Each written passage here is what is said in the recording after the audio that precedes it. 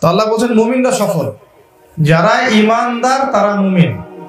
ইমানদার কারা? উত্তর হচ্ছে 6টা গায়েবে যে বিশ্বাস করতে পারবে সে ব্যক্তি ইমানদার। কয়টা গায়েব? প্রশ্ন কিন্তু আসবে শেষের দিকে, ভালো করে শোনেন। 6টার মধ্যে প্রথমটা হচ্ছে আন তুমিনা বিল্লাহ, তুমি বিশ্বাস করবে এক আল্লাহর প্রতি। আল্লাহ ছাড়া কোনো ইলাহ নাই, আল্লাহ ছাড়া কোনো মাবুদ নাই। আল্লাহই খাওয়ায়, আল্লাহই পড়ায়, আল্লাহই বাঁচায়, আল্লাহই মারে। ইবাদত পাওয়ার যোগ্য আল্লাহই একজন। দোয়া আল্লাহর জন্য, সেজদা আল্লাহর জন্য, নামাজ আল্লাহর জন্য, জীবন আল্লাহর জন্য, মরণ আল্লাহর জন্য, সব কার জন্য? শুধু আল্লাহর জন্য। এরকম কনসেপ্টে যে থাকবে সে ব্যক্তি হচ্ছে আল্লাহর প্রতি ইমানদার। আর যদি কেউ মনে করে আল্লাহ ছাড়া আরো ইলাহ আছে, নাউযুবিল্লাহ, বা আল্লাহ বলতে কিছু নাই, যেমন নাস্তিকটা মনে করে, নাউযুবিল্লাহ, তারপরে আল্লাহ ছাড়া কারোর জন্য সেজদা করা যায়, আল্লাহ ছাড়া কেউ সন্তান দিতে পারে, আল্লাহ ছাড়া কেউ ভালো মন্দের মালিক, হ্যাঁ, আল্লাহ ছাড়া কারো হুকুম চলবে, আল্লাহ ছাড়া কেউ জীবন মৃত্যুর মালিক, কেউ যদি এরকম মনে করে, আল্লাহর হালালকে হারাম করে, আল্লাহর হারামকে হালাল করে নেয়, এই ব্যক্তি শিরকের মধ্যে আছে। কিসের মধ্যে আছে? এই ব্যক্তি কিন্তু আল্লাহর প্রতি ঈমান নাই। ঠিক আছে, এটা মুখের ঈমান, মনের ঈমান না। মনে রাখবেন, মুখের ঈমান দিয়ে পরকালে পার পাওয়া যাবে না। যদি যেত তাহলে মদিনার মুনাফিকরা জাহান্নামে যেত না। মদিনার যে মুনাফিকরা ছিল এরা কিন্তু মুখে ঈমানদার ছিল, এমনকি 5 ওয়াক্ত নামাজ নবীর পিছনে পড়তো, ফজর আর এশা মিস দিত, ফজর আর এশা আসতো না, কিন্তু বাকি 3 ওয়াক্ত ঠিকই আসতো। তো ওরা কিন্তু মুখে লা ইলাহা ইল্লাল্লাহ বলেছিল, তারপরেও আল্লাহ পাক বলেছেন যে আল্লাহ পাক মুনাফিক আর কাফেরদেরকে জাহান্নামের মধ্যে জমা করবেন, আর মুনাফিকদেরকে কাফেরদের নিচে রাখবেন, তাই না? তো মৌখিক ঈমান না, এটা কলমের ঈমানের কথা বলা হচ্ছে।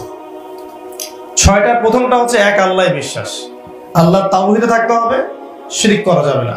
তাওহীদে থাকলে জান্নাত বিনা হিসাবে ইনশাআল্লাহ, আর শিরকে থাকলে জাহান্নাম বিনা হিসাবে। কথা বুঝতে পারছেন? তাওহীদের উপর থাকলে বিনা হিসাবে জান্নাত ইনশাআল্লাহ। আর এক ব্যক্তি মনে করেন তাওহীদের উপরে আছে, এরপরে অন্য অনেক গুনাহ করেছে, সুদের গুনাহ, ঘুষের গুনাহ, জেনা করেছে, মদ পান করেছে, অন্য অনেক পাপ করেছে, আল্লাহ পাক সমস্ত পাপ মাফ করতে পারেন, কিন্তু শিরকের পাপ আল্লাহ পাক মাফ করবেন না। শিরকের পাপ কেউ যদি তওবা না করে মারা যায় আল্লাহ পাক মাফ করবেন না, এটা মনে রাখবেন। কিতাবুত তাওহীদ একটা বই আছে, কি নাম বললাম? কিতাবুত তাওহীদের অনেকগুলো প্রকাশনী থেকে বের করেছে। এই বইটা কিনতে পারবেন ঢাকা থেকে, বাংলা বাজারে পাওয়া যায়, অনলাইনে সার্চ করলে সেখানেও পাবেন। এখানে দেখবেন তাওহীদের সমস্ত প্রকারভেদ দেয়া আছে, তাওহীদ রুবুবিয়্যাত, তাওহীদ উলুহিয়্যাত, আসমা ও সিফাত, শিরকের সমস্ত প্রকারভেদ দেয়া আছে। কোন কোন কথা বললে শিরক হয়, কোন কোন কাজ করলে শিরক হয়, এবং কি চিন্তা বিশ্বাস লালন করলে শিরক হয়, সব দেয়া আছে। বইটা সংগ্রহ করা যাবে না ইনশাআল্লাহ। লেখকের নাম হচ্ছে মুহাম্মদ বিন আব্দুল ওয়াহাব, মুহাম্মদ বিন আব্দুল ওয়াহাব, কিন্তু এই বইটা অনেক পাবলিকেশনস থেকেই প্রকাশ করা হয়েছে। ঠিক আছে, তো এই হলো প্রথম কথা, আল্লাহর প্রতি বিশ্বাস রাখতে হবে।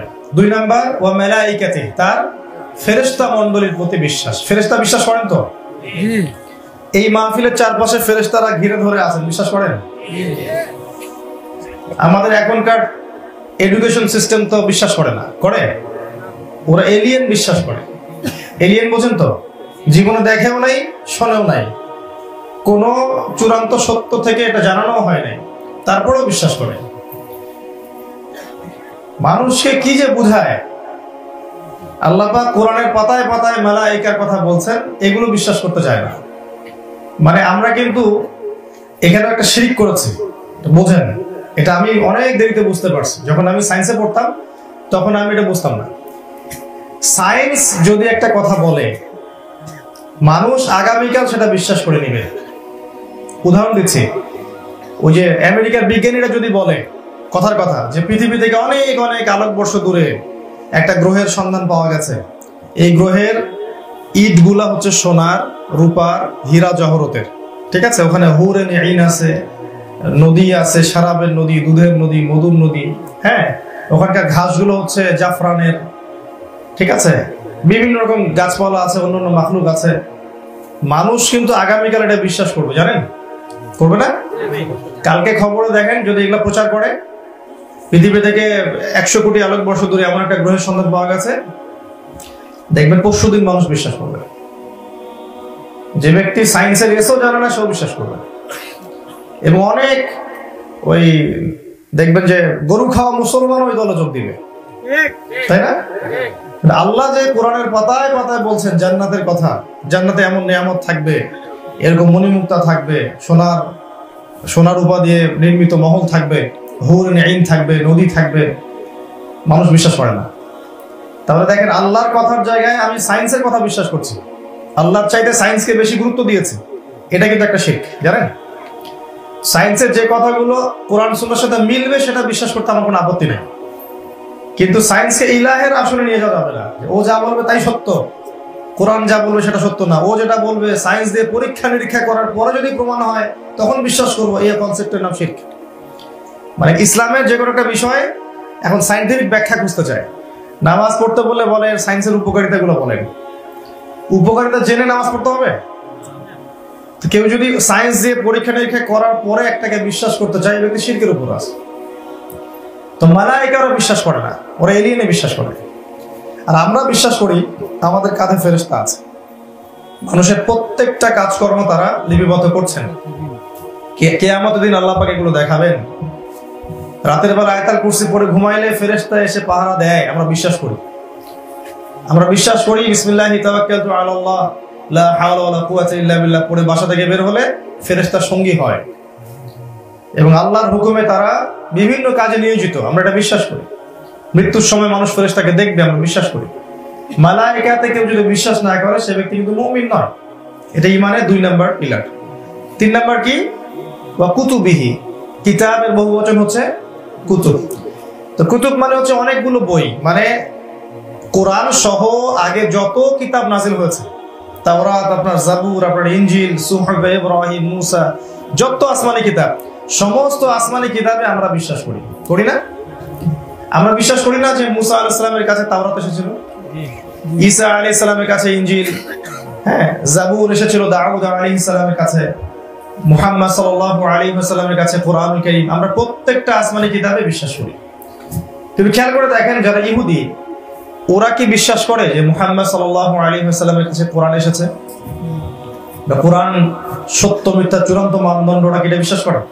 খ্রিস্টানরা কি বিশ্বাস করে কোরআনে? করে না। তাহলে কারা সাম্প্রদায়িক আর কারা অসাম্প্রদায়িক? কথা কি ধরতে পারেন? কারা সাম্প্রদায়িক? আমরা সমস্ত আসমানি কিতাবে বিশ্বাস করি, তাহলে আমরা কেমন করে সাম্প্রদায়িক হবো? আমরা তো সবচেয়ে উদার, আমরা প্রত্যেকটা আসমানি কিতাব মনে করি এগুলো আল্লাহর পক্ষ থেকে এসেছে। হ্যাঁ, মানুষ এটাকে পরে বিকৃতি সাধন করেছে, সেটা অন্য ইস্যু। তো আমরা প্রতিটা আসমানি কিতাবে বিশ্বাস করি এবং এগুলো আল্লাহর পক্ষ থেকে এসেছে, এটা আমরা বিশ্বাস করি। কিন্তু কালের বিবর্তনে মানুষ এগুলোকে পরিবর্তন করেছে। এরপরে আল্লাহ পাক সর্বশেষ আসমানি কিতাব হিসাবে কোরআন এবং তার ব্যাখ্যা সুন্নাহ নাজিল করেছে। এরপরে আছে রাসূলিহি, এই রাসূলের বহুবচন রসুল। রসুল মানে একজন রসুল, আর রসুল মানে কি? অনেক রসুল। আমরা প্রত্যেকটা রাসূলকে বিশ্বাস করি। আমরা বিশ্বাস করি ইব্রাহিম আল্লাহর নবী, বিশ্বাস করি না? ইসমাঈল আল্লাহর নবী, ইসহাক আল্লাহর নবী, ইয়াকুব আল্লাহর নবী, ইউসুফ আল্লাহর নবী, হুদ এবং সালেহ, শুআইব, মুসা, ঈসা, দাউদ, সুলাইমান সবাই কার নবী? আল্লাহর নবী। আমরা কি শুধু মুহাম্মদ সাল্লাল্লাহু আলাইহি ওয়াসাল্লামকেই বিশ্বাস করি? না, বাকি সমস্ত নবীকে বিশ্বাস করি। লা নুফাররিকু বাইনা আহাদিন মিনহুম, আমরা তাদের মধ্যে পার্থক্য করি না। কিন্তু আমরা ফলো করি কাকে? আমরা ফলো করি সর্বশেষ এবং চূড়ান্ত নবী মুহাম্মদ সাল্লাল্লাহু আলাইহি ওয়াসাল্লামকে। কারণ আমাদের নবীজি বলেছেন, লাউ বাদাআ লাকুম মূসা, তোমাদের কাছে যদি মূসা আত্মপ্রকাশ করে, ফাত্তাবা'তুমুহু, আর তোমরা তার অনুসরণ করা শুরু করো, ওয়া তারাকতুমুনি, আর আমাকে ছেড়ে দাও, লা দালালতুম আন সাওয়াইস সাবিল, তাহলে তোমরা সরল পথ থেকে বিচ্যুত হয়ে যাবে। ওমর রাদিয়াল্লাহু আনহু একদিন তাওরাত পড়ছিলেন, এমনি শখের বসে, তাওরাত ফলো করার জন্য পড়ছিলেন না, শখের বসে পড়তে ভালো লাগছিল। এই দৃশ্য দেখে মুহাম্মদ সাল্লাল্লাহু আলাইহি ওয়াসাল্লামের চেহারা লাল টকটকা হয়ে গেছে রাগে। উনি রাগ হলে চেহারা দেখলে বোঝা যেত রাগ হয়েছে। গায়ের স্কিনটা ছিল ফর্সা, লালচে ফর্সা, রাগ হলে এখানে মনে হতো যে রক্ত জমে গেছে। তখন তিনি এই কথাটা বললেন যে তুমি তাওরাত পড়ছো, যদি মূসা এখন জীবিত থাকতো তাহলে মূসা বাধ্য ছিল আমার আনুগত্য করতে। কথা বুঝতে পারছেন? তাহলে ইহুদি খ্রিস্টান অন্য জাতির কথা তো বাদ, স্বয়ং তাদের নবী যদি জীবিত থাকতো তাহলে তাকেও মুহাম্মদ সাল্লাল্লাহু আলাইহি ওয়াসাল্লামকে অনুসরণ করতে হতো। যেমন ঈসা আলাইহিস সালাম আসবেন না ইমাম মাহদির সাথে, ইমাম মাহদির পরে আসবেন, ইমাম মাহদির সাথে নয়। ইমামুল মাহদি আসার কিছুদিন পরে আসবেন এবং তিনি আসবেন, তিনি এসে কাঁটা চামচ দিয়ে খাবেন না, হাত দিয়েই খাবেন। তিনি এসে খাওয়ার পর আঙ্গুল চাটবেন। তিনি এসে কোরআন সুন্নাহ ফলো করবেন। এখন মুসলমানরা আঙ্গুল চাটলে, কাঁটা হাত দিয়ে খাবার খাইলে, ও পশ্চিমা সভ্যতারা বলে যে মুসলিমরা কত ব্যাকডেটেড, সে গেলে অসভ্য, তাই না? ঈসা আলাইহিস সালাম যখন আসবেন তিনিও হাত দিয়েই খাবার খাবেন, ডান হাত দিয়েই খাবেন, কাঁটা চামচ দিয়ে খাবেন, আঙ্গুল চাটবেন, খাওয়ার পর প্লেট চাটবেন। তিনি মুহাম্মদ সাল্লাল্লাহু আলাইহি ওয়াসাল্লামকে অনুসরণ করবেন। তিনি নতুন কোন শরীয়ত নিয়ে আসবেন? তিনি মুহাম্মদ সাল্লাল্লাহু আলাইহি ওয়াসাল্লামকেই অনুসরণ করবেন। তার হাতেই আল্লাহ পাক দাজ্জালকে নিহত করবে, মারবেন। সত্য মাসিহ মিথ্যা মাসিহকে মেরে ফেলবে। তো আমরা কিন্তু প্রত্যেক নবীকে বিশ্বাস করি, কিন্তু অন্য সমস্ত নবীর উম্মাহ কিন্তু এটা বিশ্বাস করে না যে মুহাম্মদ সাল্লাল্লাহু আলাইহি ওয়াসাল্লামই শেষ নবী। করে না। এমনকি আপনাদের মুসলিমদের মধ্যে অনেক মানুষ আছে যারা নাম কাওয়াস্তে মুসলিম কিছু আছে, ওই ব্রিটেনের দালাল, আমেরিকার দালাল, চামচা, এরা মনে করে যে মুহাম্মদ সাল্লাল্লাহু আলাইহি ওয়াসাল্লাম শেষ নবী নন, নাউযুবিল্লাহ, তারপরে আরো নবী আসতে পারে। কাদিয়ানী সাহেব তার মধ্যে একজন, জানেন? উনিও একজন, নাউযুবিল্লাহ, আল্লাহ পাক লানত করুক। তো তাদের সংখ্যাও দিন দিন বাড়ছে, সুবহানাল্লাহ।